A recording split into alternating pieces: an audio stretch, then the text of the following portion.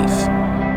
When it comes to this word, typically what comes to mind is the help people offer in the wake of a crisis or natural disaster. Hurricanes come barreling through and destroy people's homes, and they're left with nothing. Tornadoes, earthquakes, fires. We've all seen people fall victim to these unexpected disasters that life can sometimes bring. The tragedy we see on TV or hear about from friends or sometimes experience firsthand compels us to want to jump in and help right away. It's dire circumstances like these that inspire us as humans to forget our differences, join together, and work for the sole purpose of helping those in the midst of disaster. Because when someone is hurt, we want to stop the bleeding. We want to offer immediate aid to those in need. The only thing is, most people in our world don't fit in the context of a crisis situation. Most people don't need a group of 100 volunteers to show up and help them rebuild their lives. You see, often we're drawn to solve a problem as quick as possible, but that's not always the best approach to every situation. Certain problems require a much longer-lasting form of help. So how do you do that? How do you help someone in those situations? And more importantly, how does this kind of help fit into our conversation about poverty? My name is Jonathan Meisner, and I'm a documentary filmmaker. I've captured and shared stories of people and communities from all over the world. And along the way, I've learned a lot as well. These people have helped me rethink and reshape the way I think about poverty in our world. And I'm realizing it hits a lot closer to home than I'd like to admit. Poverty actually involves every single one of us. And it's crucial that we know just how significant of a role we all play in this situation. So let's dive in and begin to redefine poverty.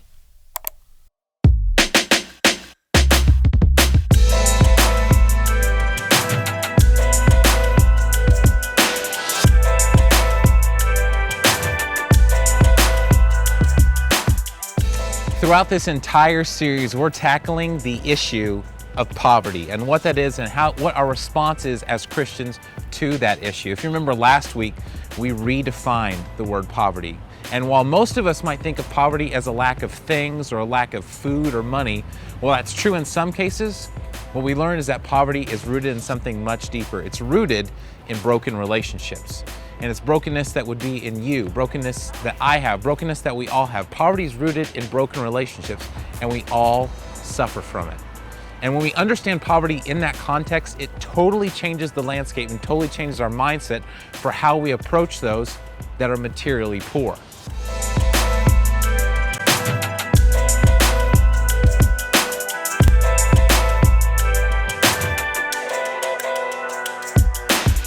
We're created in God's image. And if there's one thing we know about God, it's this: He's a relational being. And since we're created in His image, we're relational people. In fact, we see in Genesis 1, verse 27, it says this: so God created human beings in His, say it with me, come on now, in His own image. In the image of God, He created them.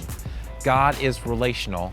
We are relational because we are created in His image. Now, I'm not saying that our response to the poverty issue means we need to run around and start hugging everybody, because frankly, that would be awkward. And we really shouldn't even go there. But what I am saying is that we need to have relational approaches. It needs to be more than just what we do and what we give out. We have to be relational with it because we are relational people. We're created in the image of God. And the people that we're trying to help are relational people as well. It all comes back to relationships. Don't believe me? Well, consider this story. Say you're walking down the street and you see a homeless man sitting there and he doesn't have any shoes. And you think to yourself, I've got an extra pair of shoes in my car. I can just go grab that, give it to him, and I'll meet that need.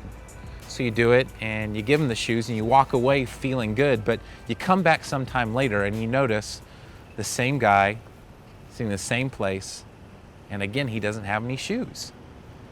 And while you met the temporary need, you may not have met the long-term need, a way to provide something for himself.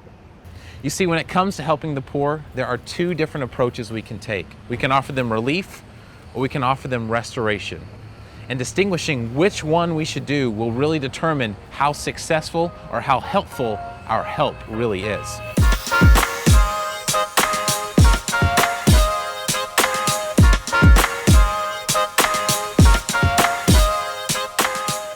Now, while I realize those two terms, relief and restoration, sound just totally bizarre and maybe even a little weird, that's why we got a few more minutes to sort of digest them and understand them. So just hang with me. First, let's tackle relief.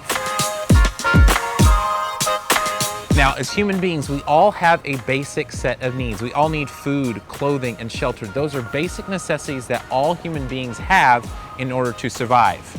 Relief is an appropriate approach to helping people when they don't have access to those resources as a result of a crisis. Let me explain what that would be. Say a hurricane comes through and it totally just wipes out a neighborhood. Those people are left without homes, they're left without clothes, they're left without food. Those are basic things that all human beings need to survive. They're left without them. So the appropriate response in that moment of crisis is relief. Say that there's a wildfire that takes out another home or takes out another neighborhood. Those people are in the same situation. They need relief. Relief is meeting a need as a result of a crisis.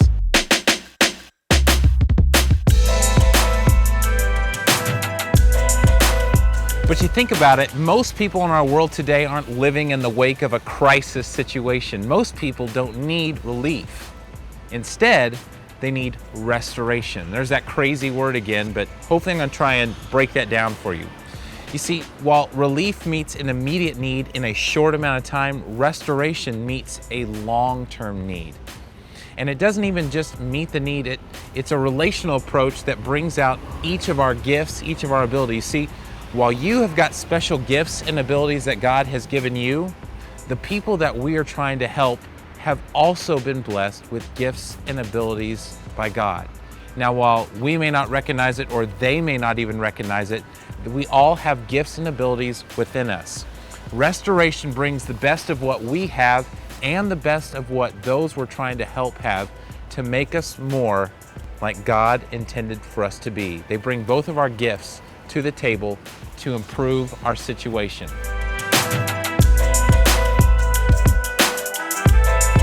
In fact, if we look at 1 John chapter 3, there's a really important portion of scripture that talks about our response as Christians to helping the poor. And I really want to highlight something that's critical to this point. It says this, starting in verse 17, if someone has enough money to live well and sees a brother or sister in need but shows no compassion, how can the love of God be in that person? It talks about having a heart for the poor, but having a heart is not just enough, as we see in the next verse. It says, dear children, let's not merely say that we love each other. Let us show the truth by our what? By our actions. Let us show the truth by our actions. Our actions will show that we belong to the truth so that we will be confident when we stand before God. Having a heart for the poor is good, but it's only half of what we need to do. We need to align our actions in such a way that actually help the poor. And determining whether or not someone needs relief or whether they need restoration is critical in determining if our efforts are actually going to help them.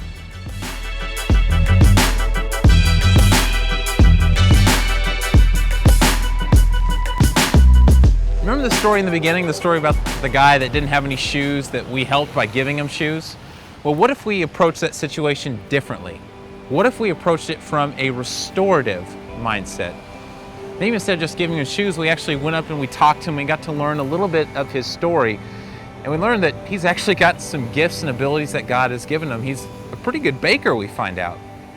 Well, then we start to think, we've got a friend that has a mom that has a bakery. I wonder if they need some help, and come to find out they do.